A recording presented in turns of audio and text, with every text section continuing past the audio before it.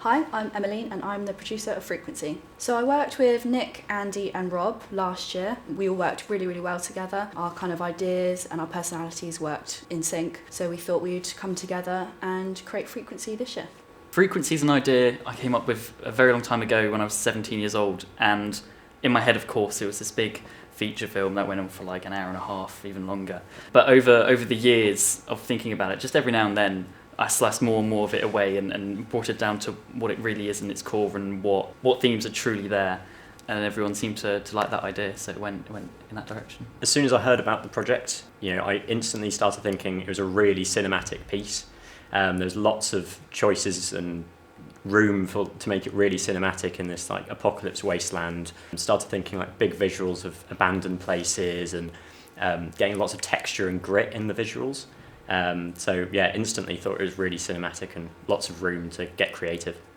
Favourite part of the shoot? I enjoyed every single moment of it, to be honest. Every little stress, every little worry, I enjoyed it all because we took it in our stride and carried on and kept moving. And so, I think it was all fantastic. I think my favourite day, perhaps maybe by the scene where all the lights flick on in the radio room.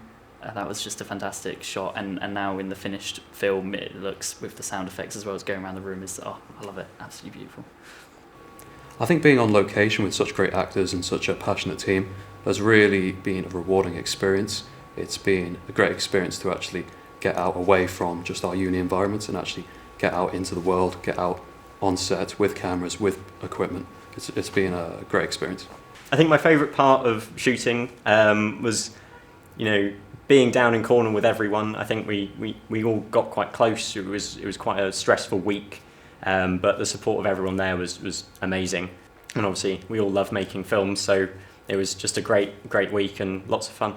So the casting process was a little bit difficult, not something I've really done before, but I found that posting an advertisement on Facebook attracted so much interest. We had probably well over 100, maybe 150 people reach out, lots of audition tapes to go through. It was really, really difficult to kind of cipher through them and decide who was really, really successful. But Andy and Nick, they picked Meg, Hadley and Jill, and they're just fantastic. They really, really ticked all the boxes, represented the characters that Nick had wrote really perfectly, and they were just great. The three actors that we selected, being Meg, Hadley and Jill, all were the strongest applicants that we had in their respective roles, and they all brought their own individual skill sets. Meg and Hadley were both combat trained, which allowed them to have that caution and sort of hostility between the two characters really nicely. It was quite sort of restrained when it needed to be, like the animosity between the characters came out when we wanted it to, and they were able to control that really nicely, which is absolutely perfect.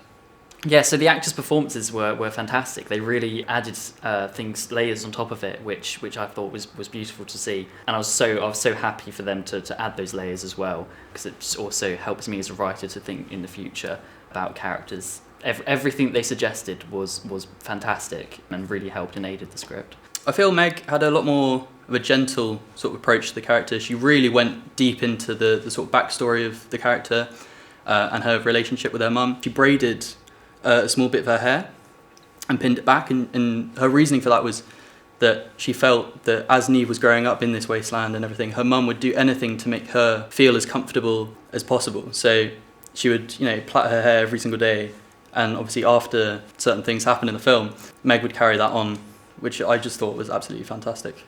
So we have this scene, it's a fight scene, and it involves using a real axe as a weapon. So of course there's a lot of risk assessment thought that needs to go behind that to make sure that the actors are safe and obviously the crew are safe as well. So I spent a lot of time on that risk assessment, making sure it's safe, to make sure that it would go smoothly and that nobody would be injured. I think Hadley, he was really strong. One really interesting day that I had was I spent about 2 hours blocking the fight scene with him, and he is a fight director.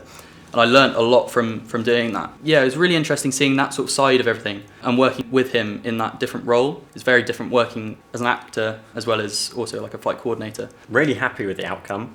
I think it's very different to how I first started seeing things. Initially I was very focused on the apocalypse side of things and it being quite desaturated with like murky greens. But I then sort of progressed into incorporating colours through talking with Andy in trying to get the themes of romance and the warmth of companionship within the radio station, bringing those much bolder like oranges and bright colours to incorporate the music and the romance within the film. I think the introduction of music into the edit has been really important to bring the project to life, really.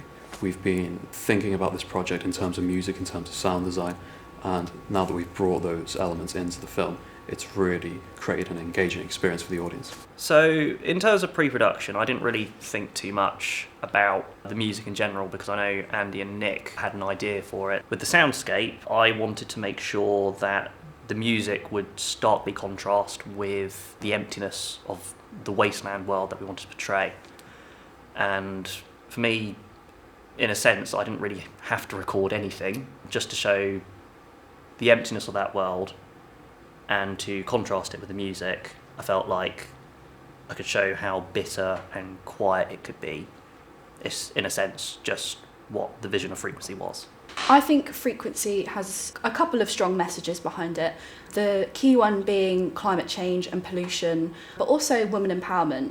Our main character, Neve, she goes out into the world on her own, has to survive on her own, and I think it's reflected really, really well through her performance. Frequency for me was just working with an amazing bunch of people, trying to create this very unique sort of film that we could all enjoy and all can relate to in a sense. I can't wait for people to see it really, because it was very fun to make, and it is, well, it's going to be a joy to watch.